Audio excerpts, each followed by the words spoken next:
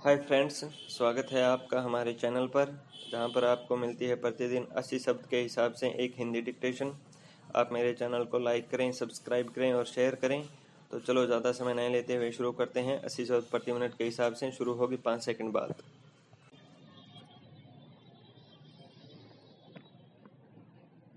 Israel में Netanyahu युग का अंत लगभग तय हो गया है। एक दशक से सत्ता पर काबिज प्रधानमंत्री बेंजामिन नेतान्याहू पिछले एक माह से गठबंधन सरकार बनाने की कोशिश कर रहे थे। सत्ता की देहरी तक पहुंचने की कोई राह बनती न देखकर अंततः उन्होंने हार स्वीकार कर ली।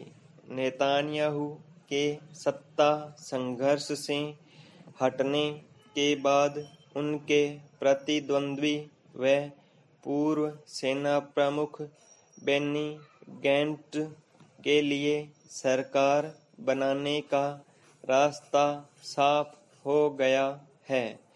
17 सितंबर को हुए इजराइल की 120 सदस्यीय संसद नेसेट के चुनाव में देश की किसी भी पार्टी को स्पष्ट बहुमत नहीं मिला। नेतन्याहू की दक्षिणपंथी लिकुड पार्टी को 31 सीटें व मध्यमार्गी बेनी गैंट्स की ब्लू एंड व्हाइट पार्टी को 33 सीटें मिली थी। पूर्व रक्षा मंत्री एविगडोर लिबरमैन की इजराइल बेंटू पार्टी को 9 स्थान प्राप्त हुए, जबकि अरब पार्टियों के गठबंधन ने 13 स्थानों पर जीत दर्ज की थी। राष्ट्रपति रूवन रिवलिन ने नेतन्याहू को सरकार बनाने का मौका दिया था। संविधान के मुताबिक नेतन्याहू को 28 दिन के भीतर बहुमत साबित करना था। इजरायल का संसदीय इतिहास गवाह है कि पिछले 7 दशकों में मतदाताओं ने किसी भी दल को पूर्ण बहुमत नहीं दिया, लेकिन नेतन्याहू किसी न किसी तरह सत्ता की चौखट तक पहुंचने में कामयाब होते रहे। अप्रैल में हुए चुनाव में लिकुड और ब्लू एंड व्हाइट दोनों दलों को 35-35 स्थान मिले थे। लिकुड पार्टी को बहुमत नहीं मिला था। परिणाम स्वरूप दोबारा चुनाव कराए गए। 17 सितंबर के चुनाव में भी इजरायली जनता ने किसी भी दल को सरकार बनाने के लिए जरूरी 61 सीटें नहीं दी। ऐसे में सवाल उठने लगा कि एक दशक से सत्ता पर काबिज बेंजामिन नेतन्याहू सत्ता से रुखसत होंगे या उनके पक्ष में फिर कोई दैवीय चमत्कार होगा। हालांकि नेतन्याहू गठबंधन को संसद में 35 सीटें हासिल हुई, लेकिन पूर्व army chief of staff Benny Gantz की ब्लू एंड व्हाइट पार्टी ने देश को साफ सुथरी सरकार देने के वादे पर अपना चुनाव अभियान चलाया था।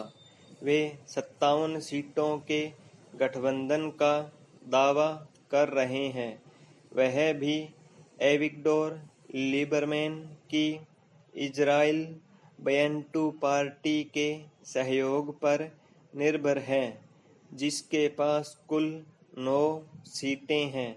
इजराइल की राजनीति में यह अस्थिरता या बदलाव के संकेत भारत के लिए इसलिए चिंता का विषय है क्योंकि इजराइल भारत के लिए एक अहम डिफेंस सप्लायर है। सामरिक संकट की हर स्थिति में इजराइल ने आगे बढ़कर हमारी मदद की है। नेतन्याहू अगर सत्ता से बाहर होते हैं तो इसका असर भारत इजराइल संबंधों पर भी दिख सकता है। भारत ने इजराइल के साथ कई बड़े रक्षा सौदे किए हैं। प्रधानमंत्री नरेंद्र मोदी और नेतन्याहू के बीच काफी अच्छे संबंध हैं।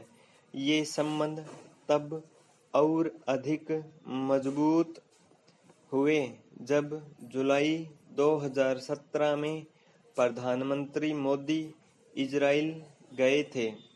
हालांकि प्रथम प्रधानमंत्री पंडित जवाहरलाल नेहरू ने सितंबर 1950 में ही इजराइल को मान्यता दे दी थी। फिर भी दोनों देशों के बीच पूर्ण राजनयिक संबंध स्थापित होने में 70 वर्ष का समय लग गया। पहले भारत हमेशा फलस्तीन के पक्ष में खड़ा दिखाई देता था। राजीव गांधी ने वर्ष 1985 में संयुक्त राष्ट्र महासभा के वार्षिक अधिवेशन के समय इजराइल के प्रधानमंत्री शिमोन पेरेज से मिलकर संबंध बहाली की दिशा में कदम बढ़ाया था। तब दोनों देशों के बीच कुछ औपचारिक करार हुए और संबंधों को सामान्य करने की प्रक्रिया ने रफ्तार पकड़ी। नेतन्याहू के चुनाव अभियान का बारीकी से विश्लेषण करें तो स्पष्ट हो जाता है कि नेतन्याहू को अरब विरोधी रुख की कीमत चुकानी पड़ी है। अपने दक्षिणपंथी आधार को मजबूत करने के लिए जिस तरह उन्होंने अरब नेताओं को नज़रअंदाज किया, उसी का नतीजा हुआ कि अरब पार्टियां मतभेद भुलाकर एक हो गई। इसके अलावा नेतन्याहू सरकार पर कुशासन व भ्रष्टाचार के आरोप भी कारण रहे। मौजूदा परिस्थितियों से साफ है कि इजरायल में नेतन्याहू युग का समापन लगभग तय है।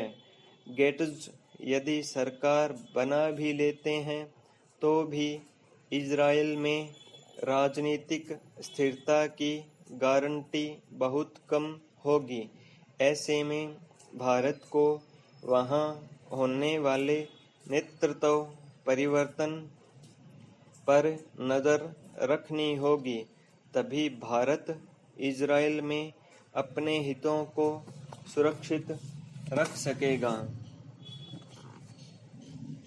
जरूरत इस बात की है कि सुरक्षा परिषद में उन देशों को लिया जाए जिनसे संयुक्त राष्ट्र के भीतर आर्थिक, भौगोलिक और सांस्कृतिक विविधता झलके, साथ ही अपेक्षित ताकत और आकार भी दिखे। दुनिया के अहम आर्थिक और राजनीतिक समूह जैसे यूरोपीय संघ, आसियान, सार्क, ओएस आदि सुरक्षा परिषद में अपनी अपनी ओर से एक एक सदस्य भेजें। इससे कम से कम इतना तय होगा कि 5 स्थायी सदस्य अपनी मर्जी दुनिया के मामलों में नहीं चला सकेंगे। पाई स्टॉप।